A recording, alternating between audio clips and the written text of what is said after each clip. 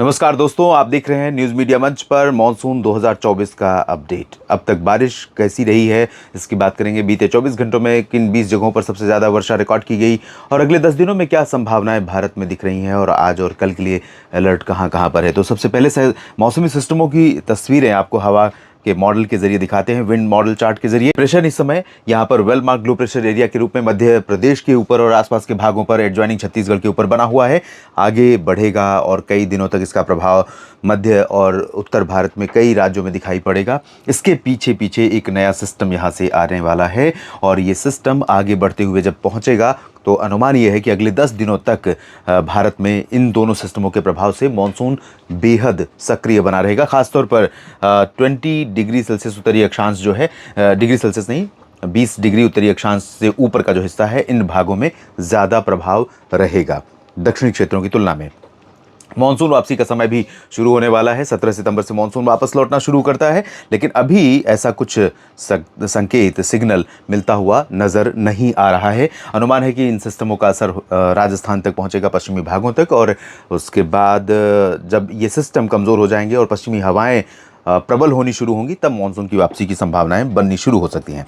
तो फिलहाल ये स्थिति रही है और अब अगले अभी अलर्ट की बात करें उससे पहले बारिश देख लेते हैं। गोंदिया, महाराष्ट्र का विदर्भ का ये क्षेत्र जहां पर 259 मिलीमीटर की मूसलाधार वर्षा हुई है। रायपुर में 157, मांडला मध्य प्रदेश में 127, ब्रह्मपुरी में 126, होनावर में 112, देहरादून में 92 मिलीमीटर की भारी वर्षा हुई है। विशाखापट्टनम में 87, बिलासपुर में 79 और विशाखापट्टनम के ग्वालियर में 79 मिलीमीटर बारिश हुई है। चूरू में 71 मिलीमीटर की बरसात रिकॉर्ड की गई।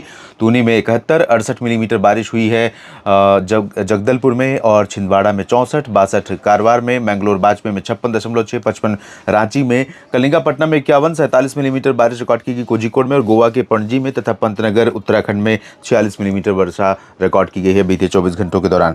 और अगर हम बात करें मौसमी सिस्टमों की तो यहाँ पर मौसमी अलर्ट की, तो आज के लिए देखिए 10 सितंबर का अलर्ट है। 10 सितंबर आज का दिन अब बीतने को है, लेकिन फिर भी मैंने सोचा आपसे शेयर करता हूं। यहाँ पर मध्य प्रदेश के लिए रेड अलर्ट रहा आज के लिए और मध्य प्रदेश में कई जगहों पर भारी वर्षा हुई भी है। और पिछले 24 घंटों में जो बारिश ज़्यादा हुई है वो विदर्भ के रीजन में, उसके चलते उसकी वजह ये थी कि सिस्टम जब मूव कर रहा था तो मध्य छत्तीसगढ़ से इसका नमी का प्रवाह, नमी का फ्लो विदर्भ के ऊपर सबसे ज़्यादा था। और आज के लिए छत्तीसगढ़ और साथ ही पूर्वी राजस्थान, पूर्वी गुजरात और उत्तर प्रदेश के तमाम इलाकों के लिए ऑरेंज अलर्ट था। बाकी कई राज्यों के लिए येलो अलर्ट था। येलो अलर्ट यानी ज़्यादा रिस्क नहीं।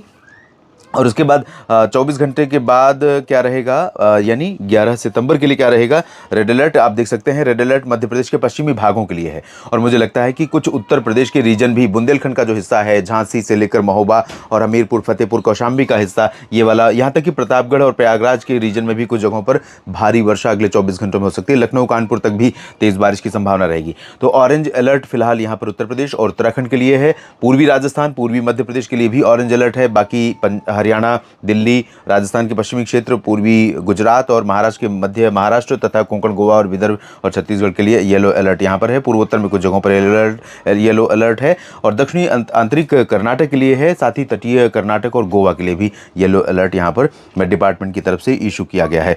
और अब आपको दिखाते हैं कि क्या संभावनाएं दिख रही हैं अगले 10 दिनों में बारिश की। अगले 10 दिनों में जैसा कि मैंने बताया कि एक के बाद ये जो मौसमी सिस्टमों का लगातार एक ही ट्रैक पर चलने का क्रम बना हुआ है।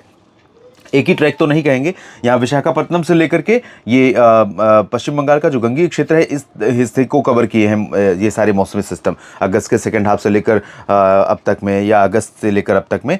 तो और ये सिस्टम भी, दोनों सिस्टम वर्तमान समय में यहाँ पर है, आगे बढ़ रहेगा। कुछ समय यहाँ पर कह सकते हैं ओसिलेट होता रहेगा, कभी ऊपर कभी नीचे। और इसी के चलते यहाँ पर मध्य प्रदेश अगले जो 2 दिन हैं क्रूशियल कहाँ पर होंगे वो बता दूँ आपको। 11 और 12 सितंबर के लिए, तो 11 और 12 सितंबर में उत्तर प्रदेश के मध्य से लेकर पश्चिमी हिस्से में और पूरे मध्य प्रदेश के तमाम इलाकों में, हालांकि मध्य प्रदेश के मध्य भागों में कल बहुत ज़्यादा बारिश हो सकती है, कल यानी 11 सितंबर के लिए।